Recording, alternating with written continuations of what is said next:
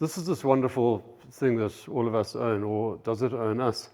The human brain. Incredibly bright, very selfish, it only gives us 10% of what it's got.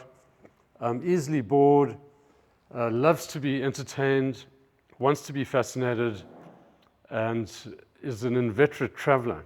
The thing with the brain and the way the brain travels, it's the ideal way of traveling. There's no budget required, no visas, no passport.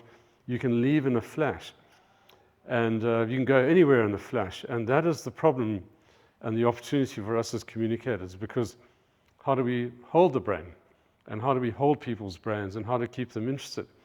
The Princeberg Neuroscience Institute did a very interesting study involving fMRI tracking, where they put people in an MRI machine and they tracked blood flow around the brain during different forms of presentation. This is the profile of an analytical PowerPoint presentation. There are two lights that come on in the brain.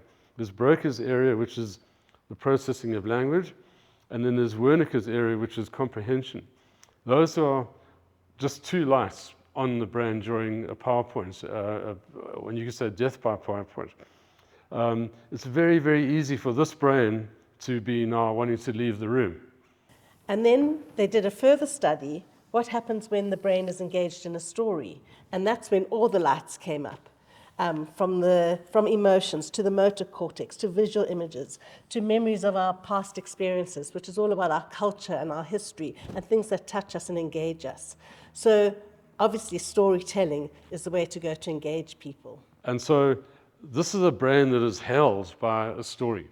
And this is definitely a brain that is not going to leave the room. It's completely engaged and involved, etc. So the whole boring it's bad issue is very well profiled in terms of the difference between storytelling, brain and storytelling, and a brain that's just sitting there passively listening to facts and kind of saying, I don't want to be here anymore.